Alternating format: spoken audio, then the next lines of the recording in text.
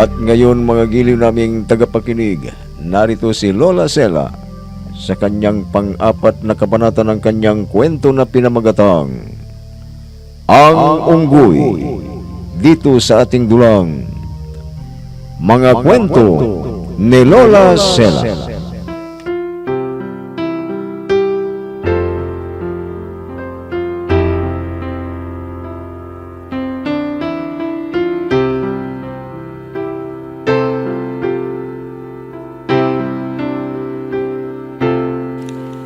Si David de Achiada, talagang ayaw niya si Dado, kundi ang gusto niya ay si Borno.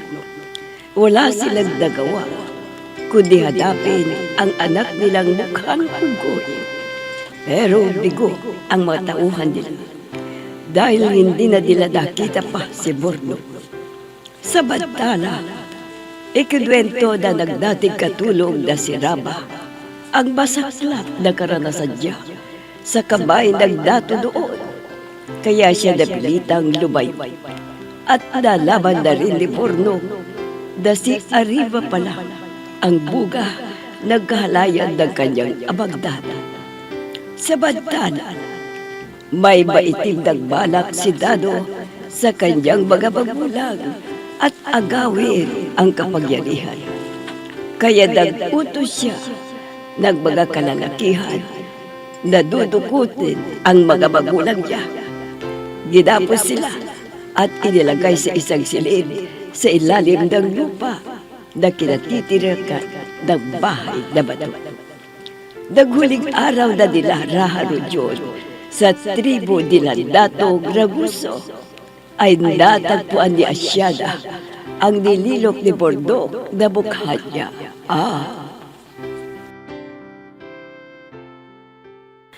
Ikinalulungkot ko ama kong Raha. Pero hindi si Dano ang gusto ko, kundi si Bornok. Pero nawawala siya. At tignan niyo ito, ama. Ano yan? Isang nililok na kahoy. Ay kaninong mukha yan, anak? Mukha ko po ito, ama. Noong bata pa ako, nang huling dumalaw tayo dito kasama ang aking ina. Sino naman ang naglilok niyan, anak? Ito, ama. May palatandaan siya. Si Bornok. Oo nga. Pero nasaan si Bornok? Ama, palagay ko, nanganganib si Bornok. Kaya utusan natin ang ating mga tauhan na hanapin siya para iligtas sa panganib. At kung mahanap siya, magpapakasal ako kaagad sa kanya. Hindi ako makapapayag na sa ibang lalaki magpakasal siya na. Dano, ikaw?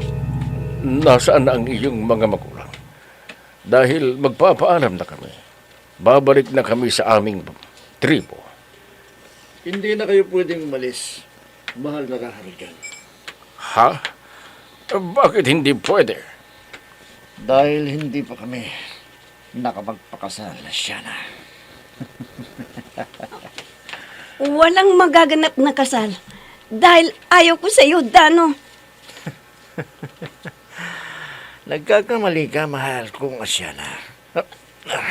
Bastos ka! Bakit mo inalikan? Dinuraan mong mukha ko. Pues, itong ganti ko sa'yo sa ginawa mo. Bitawan mo ka! Amang Rahat! Pinabastos na niya ako! Mga kasama, pigilan si Dano sa pambabastos niya sa anak ko. Wala nang magagawa ang mga tauhan mo, Raharudyan. Tingnan mo sila. Tingnan mo. Nakagapos ang lahat ng mga tauhan ko. Raharudyan. Wala na silang magagawa. At lahat ng gugustuhin ko ay magagawa ko.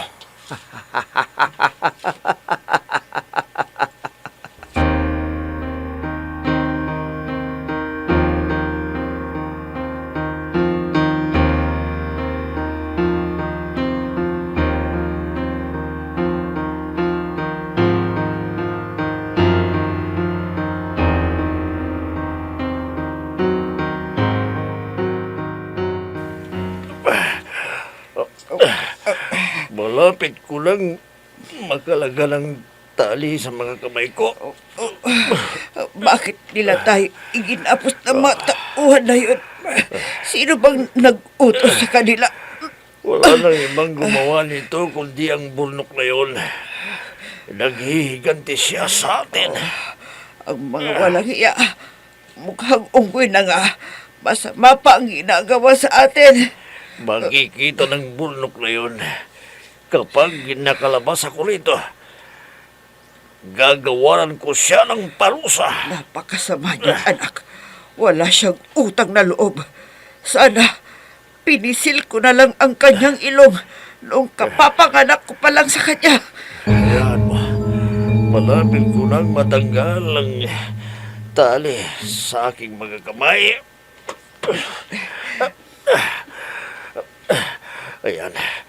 Natanggal ko na. Isusunod ko na itong nasa pa ko. Sige, dalian mo. Pagkatapos, kalagan mo rin ako. Masakit Sige. na ang pagkakagapos sa akin. Aray ko. Kakalagan na rin kita. Kailangan makalabas na tayo dito at utusan natin ang matauhan na hulihin siya para maparusahan sa ginawa niyang ito sa atin. Magbabayad siya ng mahal asawa kong dato. Oo.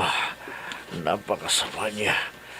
Kung makikita ko siya, baka ako ang makapatay sa kanya.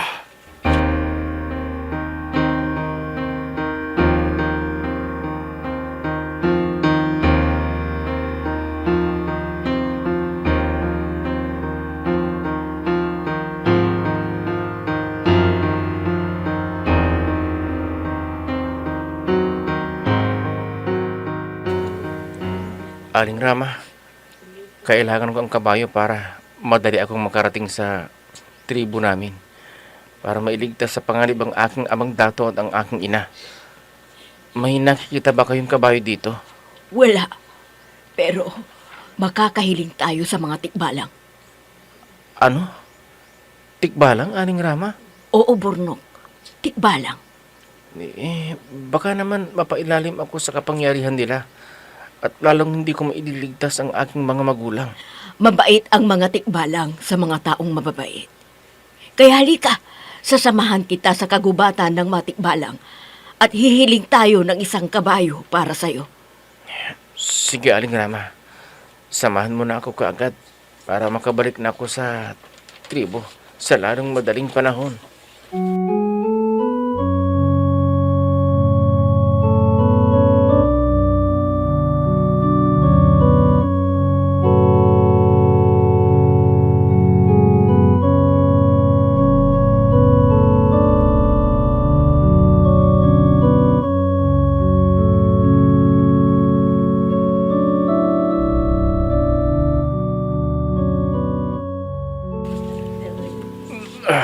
Napakasama mo talaga, Dano.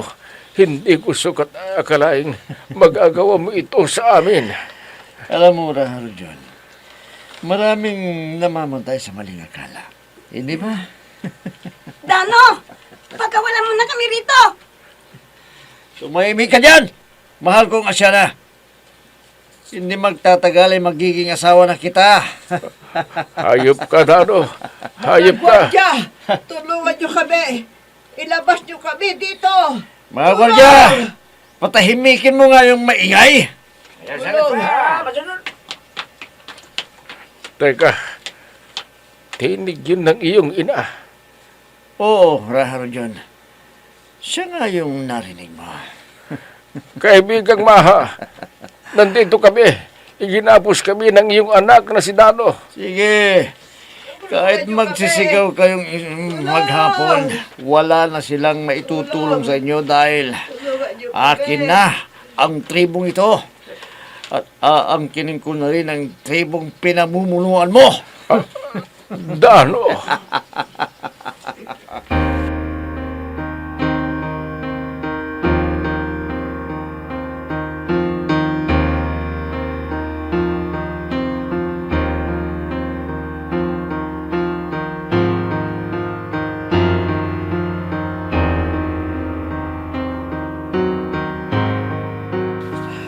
Asawa kong Dato Raguso, Bakit ang dilim-dilim dito?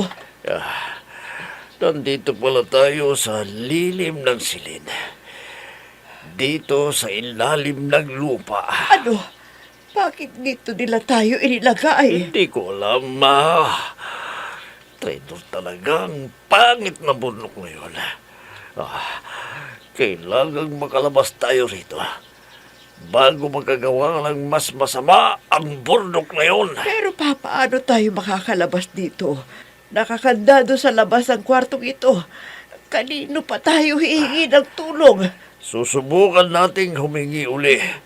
Baka marinig ni Dano. Paano kung pati si Dano ay ginapos na rin nila? Oo nga. Malamang. Ganun na rin ang ginawa kay Dano. Hindi rin tayo masakluluhan. Subukan nating humingi ng saklolo. Baka may makarinig sa atin.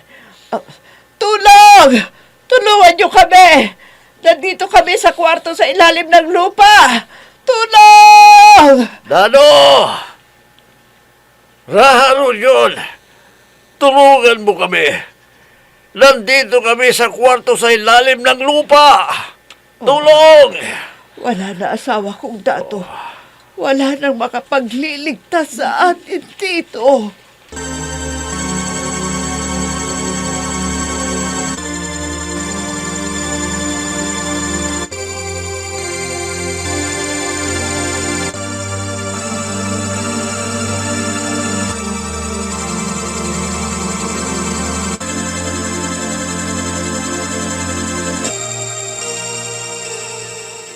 Burnok, nandito na tayo sa bungad ng gubat ng Matikbalang. Kinakabahan ako, Aling Rama. Baka papailalim ako sa kapangyarihan nila. Hindi, Burnok. Sandali lang. Magpaparamdam tayo na nandito tayo at kailangan natin ang tulong. Talagang kinakabahan ako, Aling Rama. Baka mangyari ang pinangangambahan ko. Hindi, Burnok. Sandali lang. Mga Tikbalang! Naririto kami para humingi ng tulong sa inyo. Sana po ay mapakinggan ninyo kami.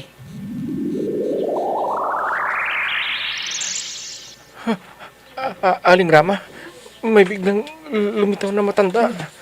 Natatakot ako. Anong kailangan ninyo? Salamat po at nagpakita kayo kaagad sa amin. Isang binata po itong kasama ko, si Burnok po. Anak po siya ni Alam Dato. ko at alam ko rin ang kailangan niya. Kaya bibigyan ko siya ng hindi sasakyan, kundi isang dragon. At bibigyan ko rin siya ng mahiwagang Chris para magabi niya ang mga masasamang loob. Naku po, maraming salamat po. Sige, maghintay ka ng sandali at ibibigay ko ang lahat ng kailangan mo para magapi po ang mga masasamang loob.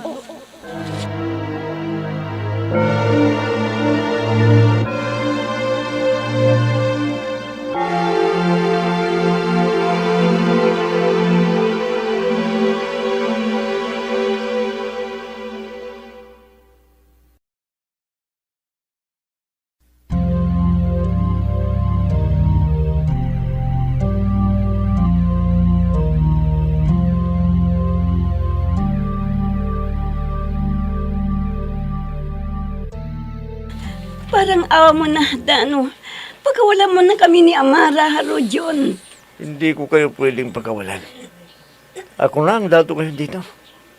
At kayo ang gagamitin kong kalasan kapag pupunta ako sa inyong tribo para sa kopil. Napakasama mo talaga. Ibang-iba nako. ang ugali mo kay Burnok. Ngayon, sa ayaw at sa gusto mo, aangkinin ko na ang iyong buong katawan. Bitawan mo ako. Wag! Wag! Wag! Kasi nilalagyan! Paano lumilipad? Ano yung iyan na yan? Kubo ka ng apoy! Sandali lang, titignan ko. Tingnan nyo! Ayan o, Mga gwardiya! Nagpupo ka ng apoy! Anong tinitingnan ninyo yan?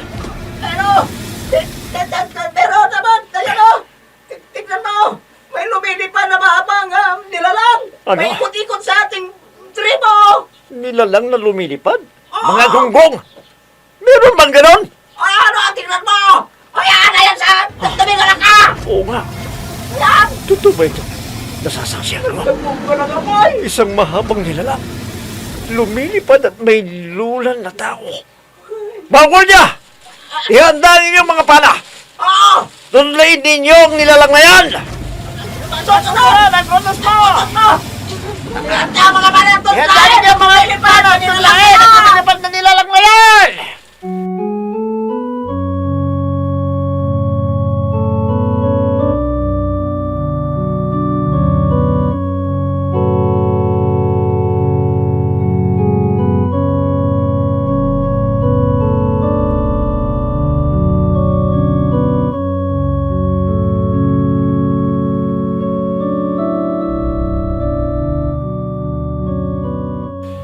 Ina, palagay niyo po, magtatagumpay kaya si Burnok sa pagliligtas niya sa kanyang mga magulang?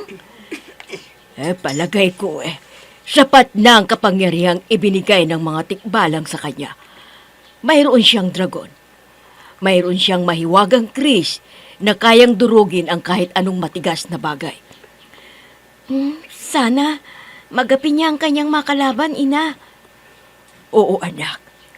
Kundi, mapapasa kamay ng masamang tao ang pamumuno sa tribo.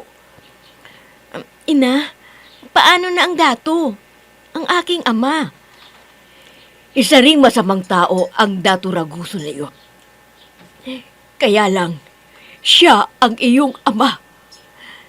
Napakasama pala ng aking ama. Naniniwala ako sa iyo na isang kawal at napatay sa digmaan ang aking ama. Yun pala, ang Dato Raguso na yon ang aking tunay na ama. Patawarin mo ako dahil inilihim ko ng matagal sa iyo kung sino ang tunay mong ama. Ang diwata ng matikbalang nagpakita. Huwag kayong mag-alala kay Pundo. Dahil hindi siya madadaig ng sino bang makakalaban niya. Gusto ko sanang sundan ang kuya ko. Pwede kayong sumunod sa kanya kung gusto niyo. Hindi kaya kami magaganib kung susundan namin siya. Kung gusto ninyong sundan siya, ay bibigyan ko kayo ng kapangyarihan. Anong kapangyarihan ang ibibigay mo sa amin? Ang ibibigay ko ay kapangyarihang hindi kayo tatablan ng kahit anong sandata.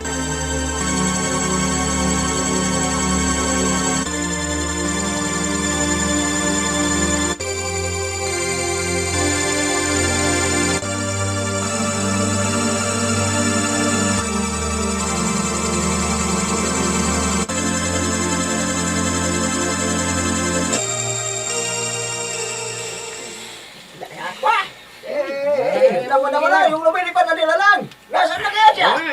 Nawala nang lumilipad. Saan kayo galing yan? Ang mabuti pa, babalikan ko na si Siana. Itutuloy ko na ang ginagawa ko. Kumusta ka na, Dano?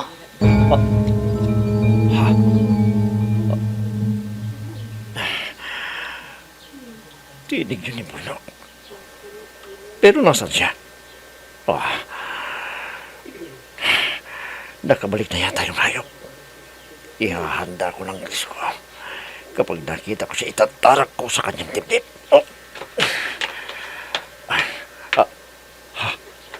May narinig akong nibag. Pero wala naman ako nakikita. Bunok! Ikaw na ba yan? Oo, Kuya Dano. Bakit hindi kita makita? Nasaan ka? Kuya Dano, nasaan sila ina at amang dato? Nasaan sila? Ewan ko. Hindi ko alam. Alam ko na may ginawa ka sa kanila. Dahil sa ambisyon mo, Kuya. Kaya sabihin mo na sa akin kung nasaan sila. Sabihin mo na. Bakit kaya hindi ko siya makita? Itong magiging balakid sa plano ko. Kahit hindi ko siya nakikita, iwawasiwas ko itong tris ko. Bakit mo hinugot ang iyong kris, kuya?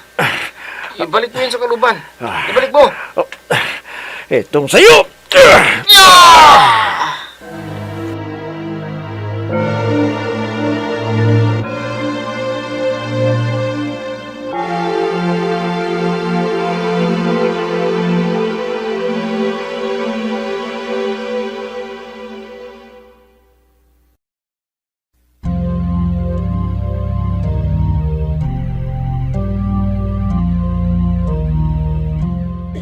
Natamaan kaya ni Dano si Burnok?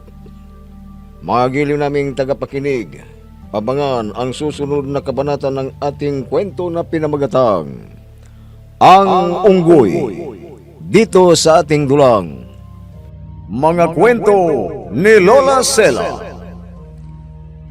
Mga nagbigay buhay sa ating dula: Myra Abrihal Narnola, Susan Maliknum, Ami Diaz, Oscar Ora, Robert Di Guzman, Jun Cabato, Eva Alcoreza.